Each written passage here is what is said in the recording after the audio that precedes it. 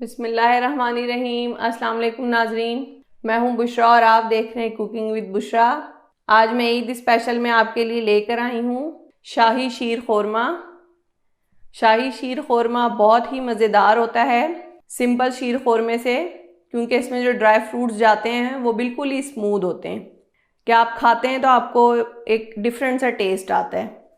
तो मैंने सोचा क्यों ना आज आपको शाही शीर खोरमे की रेसिपी बताई जाए, क्योंकि सिंपल शीर खोरमे की रेसिपी मेरे चैनल पे पहले से मौजूद है।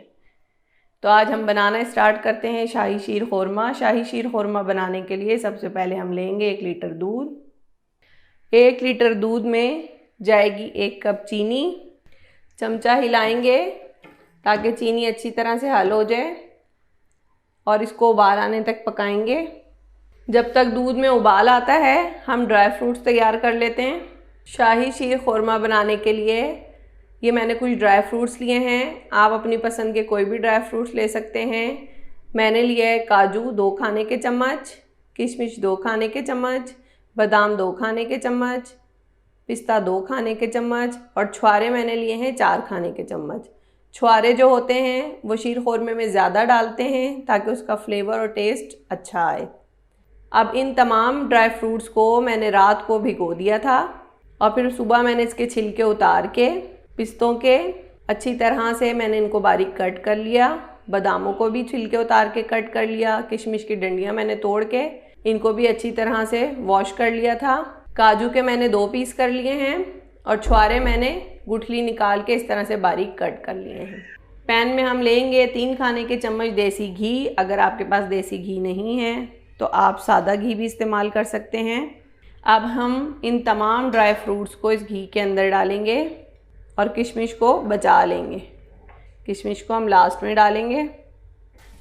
ड्राई फ्रूट्स को अच्छी तरह से हमने गोल्डन करना है घी के अंदर ताकि इसका एक अच्छा सा फ्लेवर आए। 2 मिनट हो गए हैं इन्हें फ्राई करते हुए। अब हम इसमें शामिल करेंगे किशमिश। किशमिश को भी हल्का सा रोस्ट करेंगे और अब इन ड्राई फ्रूट्स को प्लेट में निकाल लेंगे। ड्राई फ्रूट्स हमने निकाल लिए हैं। पैन में घी वही वाला है। अब उसी घी में हम डालेंगे 1 कप बारीक सेवइयाँ। इन्हें 1 से 2 मिनट फ्राई करेंगे। आंच आपने हल्की रखनी है, तेज़ आंच पे ये एकदम से जल जाएंगी। वैसे तो ये भुनी हुई होती हैं लेकिन बस हल्का सा इसको फ्लेवर देने के लिए थोड़ा सा घी में कर लेंगे रोस्ट। सेवइयाँ भी भुन गई हैं, अब हम इनको उतार लेंगे। दूध में उबाल आ गया है, चूल्हे को थोड़ा सा कम कर लेंगे और शीर खोरमे को अच्छा सा कलर देने के लिए येलो फूड कलर हम इसमें शामिल करेंगे 1 से 2 कतरे। चमचा हिला के देखेंगे, 2 से 3 कतरे और शामिल करेंगे। टोटल 4 से 5 ड्रॉप्स इसमें जाएंगे और ये देखें अच्छा सा कलर आ जाएगा इसका, लाइट येलो सा। वाइट शीर खोरमा तो हम खाते ही रहते हैं, लेकिन ये शाही शीर खोरमा इसलिए इसकी रेसिपी भी डिफरेंट है। अब जो सेवइयाँ हमने फ्राई की थी वो दूध में शामिल करेंगे। इसमें सेवइयाँ कम ही जाती हैं क्योंकि ये थोड़ा सा पतला बनता है, गाढ़ा नहीं बनता। चमचा हिलाएंगे ताकि सेवइयाँ आपस में जुड़ ना जाएं। शीर खोरमा थोड़ा ऑयली भी होता है। अब जो ड्राई फ्रूट्स हमने फ्राई किए थे वो हम इसमें डाल देंगे। आधे डाल देंगे और आधे गार्निशिंग के लिए बचा लेंगे। अब इसको थोड़ा सा गाढ़ा होने तक पकाएंगे, सेवइयाँ भी गल जाएं और ये थोड़ा सा गाढ़ा हो जाए। सेवइयाँ अगर ज़्यादा डालेंगे तो ये एकदम से गाढ़ा हो जाएगा और खाने में मज़ा बिल्कुल भी नहीं आएगा। अब इसको पकाते हैं तकरीबन 10 मिनट तक। शीर खोरमे को पकते हुए 10 मिनट हो गए हैं। आप देख सकते हैं कि ये थिक हो गया। बस इसी तरह हमने रखना है, ना ये बहुत ज़्यादा थिक हो और ना ही थिन हो। अब हम इसे क्रीमी और रिच बनाने के लिए इसमें शामिल करेंगे क्रीम। क्रीम इसमें जाएगी 3 टेबलस्पून।